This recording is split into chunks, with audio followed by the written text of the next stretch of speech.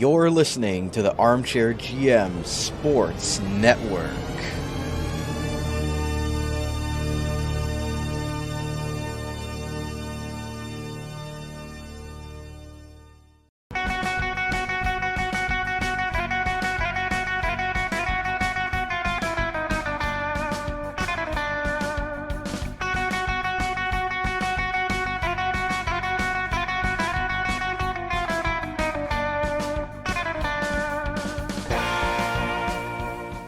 Back on Sabres Semantics with 2023 fourth-round pick by the Buffalo Sabres, former fourth overall pick by the Windsor Spitfires, and now current Kingston Frontenacs forward Ethan Miedema. Ethan, can you just talk about when you went through that experience with Windsor, when you guys went to that OHL championship, you played 25 games, you got that taste of what it was like to play in those deep games. What did you really learn from that, and what have you tried to take from that as you've become an older player? Yeah, I think that was a great experience for me. Obviously, Windsor's definitely in the past, and I'm a Frontenac now, and it's an exciting time to be a Frontenac. But I definitely had that experience, and we have a hungry group here, and obviously I want to eventually bring that into our group. And I know what playoffs are about, and I've had a little bit of a taste to it, and now I want to be a contributor and more of a an older player on a winning team. What did you think you're trying to take most from your second year to go into your third year? Do you think this is even bigger than maybe your jump from your first year to your second year? What is something you're really trying to do? Obviously, you're a bigger player. You talk about being a power forward and being versatile, but what do you think that you're really trying to work on this year back with Kingston? I think a few things. I think number one would be consistency. I think playing all 68 games, kind of like an NHL schedule is 82 games, so not too far off. And obviously, late nights and early drives, there's all the excuses in the world there.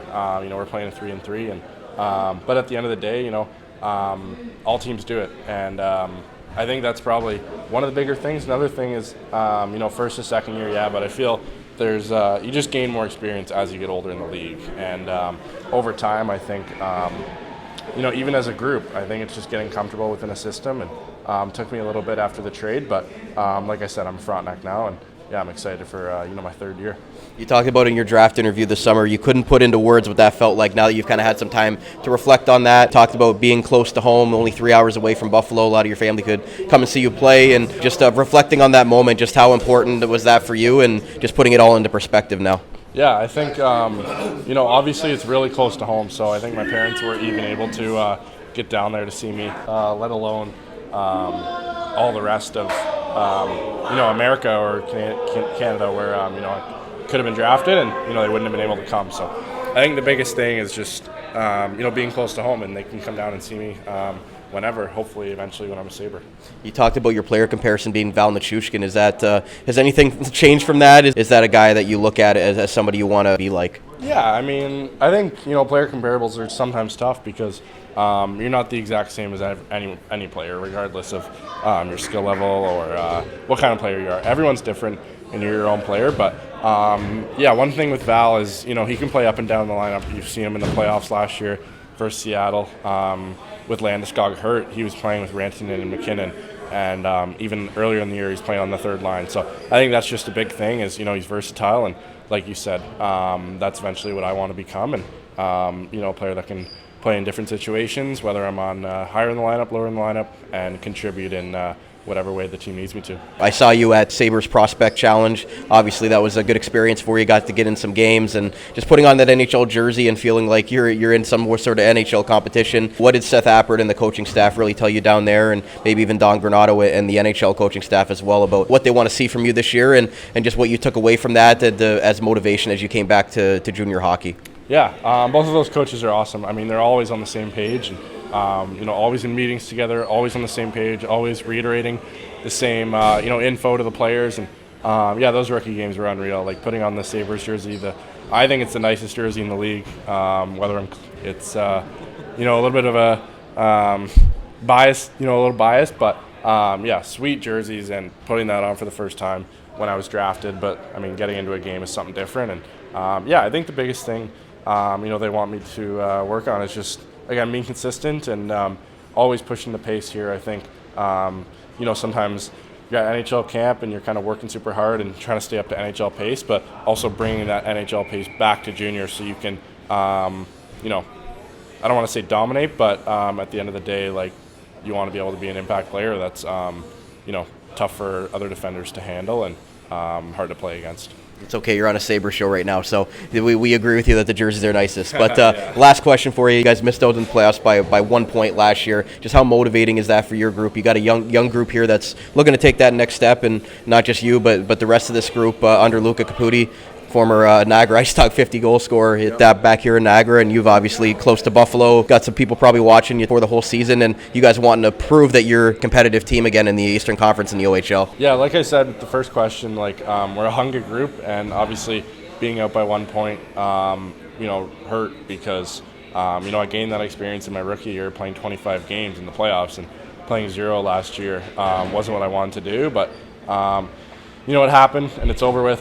I had 5 months of training this summer versus, I would have liked to only have 3 if we made the playoffs. But at the end of the day, we need to just continue as a group and continue putting our best foot forward because, there's so many good teams in this league and anyone can beat you on any night. So I think, getting up for every game is big. And like I said, there's excuses to be had where, it's our 3-3, but it doesn't matter who we're playing against, whether it's a top team or a bottom end team in the standings. Buffalo Sabres 4th round selection and current Kingston Frontenacs forward Ethan Miedema. Ethan, thanks so much for doing this. We wish you the best of luck, and we look forward to keeping up with you throughout the OHL season and beyond. Perfect. Thank you.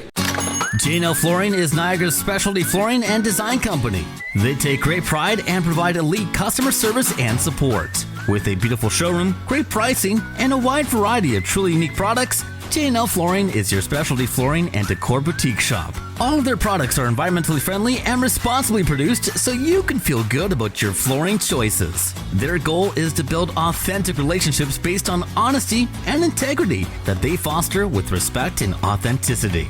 Offering a unique and wide range of quality products presented by a knowledgeable and patient team, they simplify the process to make your life easier and to make your home more beautiful.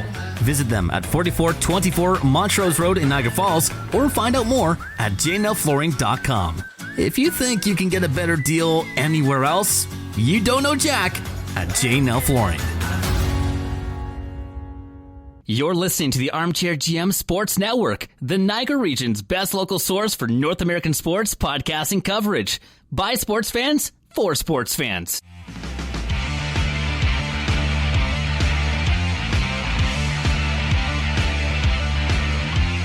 Hey, hey, here we go, it's hockey night in Buffalo. Hey, hey, here we go, the boys in blue, white, and gold. Hey, hey, here we go, make some noise, get in the zone. All for one and one for all, let's hear you from your heart and soul. Pleased to be joined by longtime Kingston Frontenacs radio voice, that'd be Jim Gilchrist. Jim, we're highlighting Ethan Miedema today on our Sabres Semantics episode. Obviously, they got him in a pretty high-profile trade in the Shane Wright deal from the Windsor Spitfires. This is a guy that was a former 4th overall pick for Windsor, now in Kingston, and obviously over the summer, which is why we're talking to him, was drafted in the 4th round by the Buffalo Sabres. What have you seen from Ethan in about a year or so that you've been around him? He's a bigger guy and says he likes to play as a power forward. Is that kind of as advertised? Yeah, big kid. He's using that weight and that size this season. Got here last year after the trade, of course, and I think he felt that kind of pressure. He knew that he wasn't going to, fill the big skates of a Shane Wright, and everybody kind of expecting him to be a big goal scorer and point getter just like Shane was, but that wasn't going to be the case. So he had to work himself in there, get used to a few new line mates, etc., and teammates. That took a while late last season, and we were in the rush, of course, for the final playoff spot. So I think he got all kind of mixed up into that. He had a few good games in there, but mostly he just couldn't connect, it seems, with some line mates, and we had some line juggling going on there with a lot of injuries in the stretch drive and everything. So didn't really feel that comfortable after the trade directly made like that. But boy, since the NHL draft, that really boosted his confidence, I think, drafted by Buffalo and so high. And then coming into camp all by himself here now and just kind of turning the page and starting a whole new look to it, talking a lot more to us and the media, and also getting along great with the teammates, etc. So I think just getting off to a fresh start is really shown so far this year.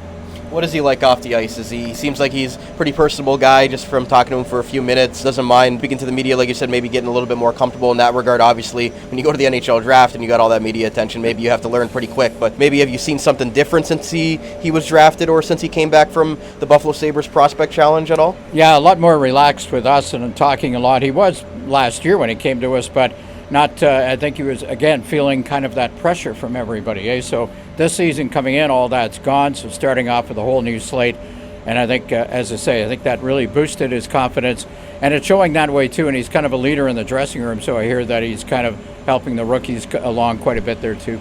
Yeah, he had 21 points in 32 games when he came over from Kingston at the end of last year, and so far at the time of recording is 8 points in the 7 games. So do you think that a jump in offensive production is something that Sabres fans or just OHL fans, Kingston fans, should expect from him this year? Like I don't think he's going to be a 100-point type of guy, but being a big power forward that can put up point a game, is that kind of where you're projecting him to be this year? Yeah, he's got to be one of the leaders. We haven't got that one or two guys who are going to get you 40, 50 goals. It's really got to be spread around, and he's part of the network that have got a lot of guys have got to chip in and do their thing consistently.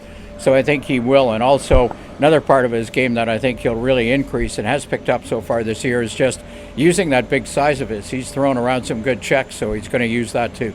He talked about growing up in the Coburg area. His grandfather ran the rinks there. Is this a guy that just loves hockey, loves being around the rink? Like, do you see... Oh, they all have skill, but it just depends on if they want to put the time in on and off the ice. Do you think that he's one of those guys that puts in the work and you can see that emerging from the rest of the group? Yeah, I think so. And he looks back on games against teams and that he does his homework on the teams coming up, which kind of surprised me too. He's come up with some stats or something that says, yeah, Niagara haven't won a game yet this year, eh? And you don't hear too often the kids know that before going into a game. So I said, yeah, so they'll be hungry tonight, so look out for them here. And he said, yeah, those are always kind of dangerous. So this is him talking about it. Sound like a guy from the media. Eh? So it's so he's kind of a student of the game, I think, on and off the ice.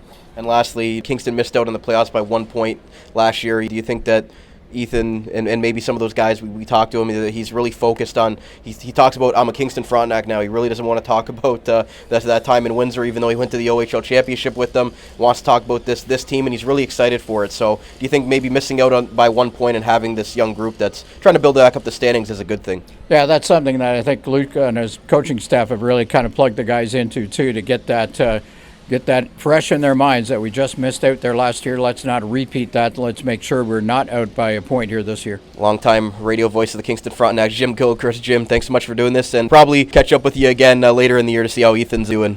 Exactly. We've got 3 more games to go here. You're listening to the Armchair GM Sports Network.